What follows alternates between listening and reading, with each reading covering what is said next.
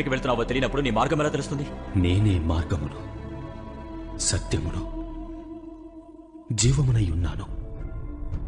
అల్ఫాయు నేనే, ఓమెగయు నేనే, మొదటివాడను నేనే, కడపటివాడను నేనే, ఆదియును నేనే, అంతమును నేనే. ప్రభువా, నేను మరణం కోసం ఎదురు చూస్తున్నాను. ఇక మరణమనేది ఉండదు, సంతాపాలు ఉండవు, ఏడ్పును బాధయును ఉండవు. నేను సమస్తమును నూతనముగా సృష్టిస్తున్నాను. అవును, నేను త్వరలో వస్తున్నాను. దేవుని యొక్క కృప ఆయన ప్రజలందరికీ తోడుగా ఉండుగాక. ఆమేన్.